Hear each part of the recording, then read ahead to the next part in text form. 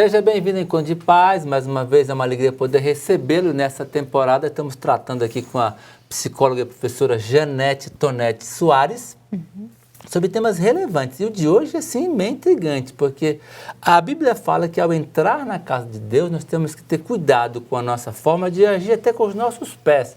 A reverência é um desafio tremendo, não é? Alguns pais são duros demais, outros pais deixam a criança fazer o que quiser. Janete, que desafio tremendo esse, formar a reverência na mente, na forma de agir da criança dentro da igreja.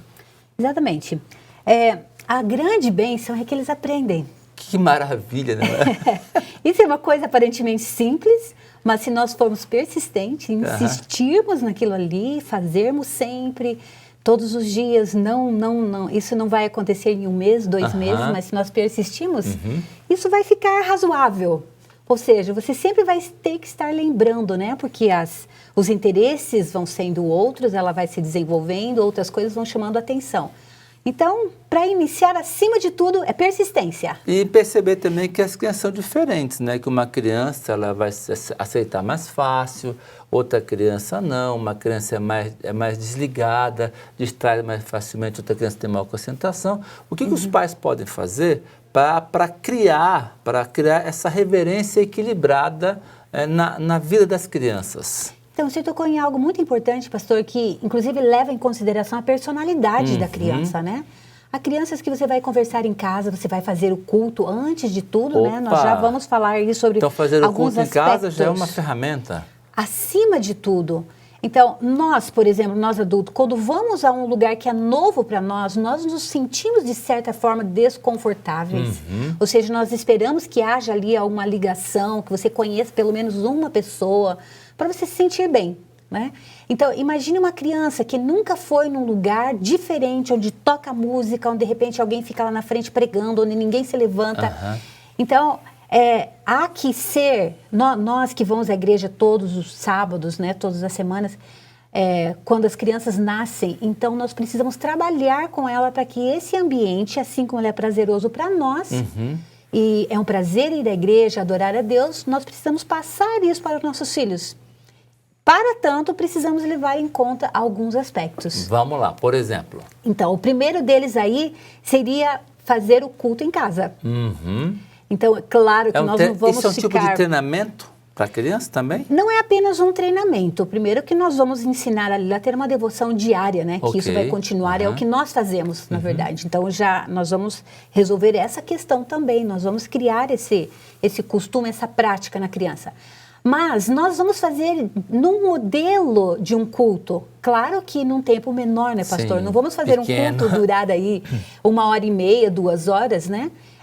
Eu até lembrei agora de um casal que uma vez nós estávamos conversando, eles queriam saber por que os filhos não se comportavam no culto, mesmo em casa. Então, nós procuramos saber o que eles estavam fazendo. O culto durava 40 minutos para crianças de 2, 3 anos. Mas ela não vai aguentar. Não aguenta. Então, nós precisamos considerar aí um material ilustrativo. Então, a igreja oferece muitas bíblias, nós podemos preparar este material e preparar uma mensagem desde que tenha, né, o início, meio, fim, rápido, que dure alguns minutos, mas no molde da igreja. Então, esse é um aspecto que nós precisamos, então, começar a ensinar em casa. O segundo aspecto, que eu acho que seria muito importante, é não desistir. Opa, isso é importante, porque então, os pais desanimam rapidamente, né? Desiste, por exemplo, a criança se comporta mal na igreja. A mãe não estava bem, estava cansada, não dormiu à noite, porque o filho também não estava bem, e o filho deu trabalho, no outro sábado ela não vai à igreja. Então, isso nós precisamos considerar. Então, o filho não estava bem hoje, não quer dizer que ele vai fazer a mesma coisa na outra semana. Então, não deixar que esse sentimento que é muito confortável e prático de ficar em casa. Deixa eu chamar a atenção uma coisa interessante para você que está nos assistindo. O culto em casa vai ter dia que vai ser excelente, maravilhoso, você vai ficar entusiasmado. Vai ter dia que não vai dar certo, porque a vida é assim, as crianças são assim, nós também somos assim. Então, não desistir e perceber que haverá essa mudança de situação é fundamental para você poder avançar. Me diz uma coisa, Janete, algumas mães chegam na igreja com uma bolsa desse tamanho, uma mala de coisa, brinquedo, já chega abrindo aquela mala com uma porção de coisas. Isso é saudável? Isso colabora nesse momento da reverência na criança? Então, essa mala realmente grande, desse jeito, não, né? Porque algumas... Primeiro, então, nós precisamos também aí, pastor, levar em consideração a faixa etária, né? Um bebezinho, por exemplo, você não vai precisar de muita coisa, porque ele vai dormir praticamente o culto todo. A partir do momento que ele começa a andar, a falar, então, nós precisamos ter, sim, algum tipo de material. Esse material é importante destacar aqui, que ele não deve ser aquele material usado no dia a dia em casa. Opa, interessante. Por exemplo, aquele material que eu uso no culto todos os dias. Não, ele já conhece de cor e salteado. Então, eu já usei aquele material, ele já assimilou. Então, eu preciso preparar, de cada 2, 3 meses, de acordo com a faixa etária, um novo material. Ah, mas isso custa dinheiro? Não, eu posso trocar com as minhas amigas, por exemplo. Pessoas que há muitas famílias comprometidas. Isso dá muito trabalho. E dá trabalho mesmo, né? Dá trabalho, você tem que ir atrás. Trabalho, Exatamente. Então, olha, meu filho gostou muito desse livro, mas ele já não usa mais. Poxa, você me empresta ou me passa, né? Fazer esses acordos. Então, o que tem dentro? O que pode ter dentro dessa mala? O que poderia ter? Quando eu falei de uma mala grande é para chamar atenção, né? Claro. Mas o que eu deveria levar para montar um kit que seria saudável para ajudar nesse momento do culto? Há crianças que mamam no peito, por exemplo, eu não preciso me preocupar. Então, eu preciso ter dentro dessa bolsa uma garrafinha de água, por exemplo. Ele vai ficar ali 1h30. Há pais que levam uma bolachinha, levam alguma coisa para a criança.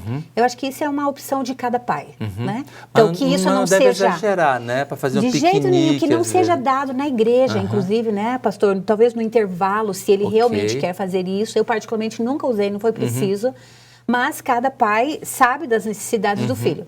Então, a água tem que ter uma garrafinha de água, uma madeirinha, alguma coisa ali. Tem que preparar essa criança e ir acostumando para que ela faça as necessidades antes. Claro que eu não estou me referindo aqui a um bebê, né? Sim, mas uma criança maior. Eu posso ir treinando. Filhinho, você quer ir ao banheiro? Vamos primeiro, vamos passar aqui, para que ele evite sair. E esse material, então, tem que estar dentro da bolsa, algo que seja atrativo, novo e desafiador. O que acontece? Quando o material é muito fácil, não chama atenção. Quando é muito difícil, eu não consigo fazer. Então, tem que ser coerente com a faixa etária, pastor, para que chame atenção e para que aquele momento seja um momento especial ali. Outro aspecto importante, eu creio que eu não preciso levar muitas coisas. Há um aspecto que eu havia me esquecido. Selecionar os materiais. Se eu for levar, por exemplo, hoje tem bonequinhos, né, de personagens bíblicos, que eu não leve nada que faça ruído, que faça barulho. Que incomoda as pessoas. Que eu não use de forma alguma um celular, por exemplo, para que ele use para jogos. Eu acho isso muito interessante, que às vezes o próprio pai ou a própria mãe, o irmão adolescente está lá no celular, muitas vezes, jogando, vendo alguma coisa, né? E a criança começa a aprender. E, às vezes, o pai não consegue parar, então ele dá o celular para a criança como se fosse uma solução. O pai pode dizer, por exemplo, que o que ele está mostrando ali é um desenho bíblico, né? Mas aquilo ali não vai satisfazer a criança, pastor. Dentro de pouco tempo, ele não vai querer apenas aquele jogo bíblico, porque ele sabe que dentro daquele aparelho tem muitas outras coisas. Então, é bom que eu limite, para esse momento, para a igreja, é a Bíblia, ou é um livro, ou é um desenho, lápis de cor, lápis coloridos. E um aspecto muito importante, ele precisa participar da oração, se ajoelhar, cantar, pega do lado, levanta. Se é para levantar, filhinho, vamos, deixa, depois você volta. Para que ele é um adorador como nós adultos. Para participar nessas circunstâncias, né? Exatamente. Alguns pais são muito duros, né? E aí ele pode criar na criança também uma situação de repressão. Mas ter firme é importante nesse momento? Então, nós temos que ser equilibrados, né, pastor? Colocar aí, conversar, conscientizar. Então, há uma faixa etária que não há muita conversa. Eu preciso, filhinho, é assim, este é o momento, ele entende pouco. Mas, conforme o tempo vai passando, ele vai compreendendo, ele vai vendo aquela reverência, ele vai entendendo, ele vai aprendendo em casa. Então, a conversa que a gente chama no pé do ouvido é muito importante aí, de estar lembrando. Lembra lá em casa, lembra como nós fizemos. Conversa, orienta, explica, olha, é desafiador mesmo, o tempo já acabou.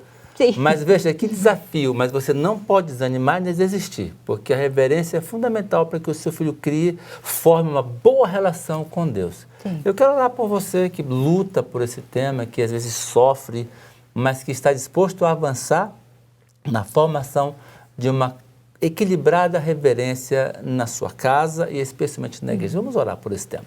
Pai de amor que está no céu, conhece nossas lutas, nossos desafios. É desafiador muitas vezes no dia a dia, na vida, na correria, a gente parar, organizar, preparar o programa do culto em casa ainda, para que possamos ter um momento de adoração especial e formador para o nosso filho. Obrigado porque nos ama, nos dá sabedoria e tenacidade. Te agradecemos por teu cuidado, em nome de Jesus. Amém. Amém, Senhor.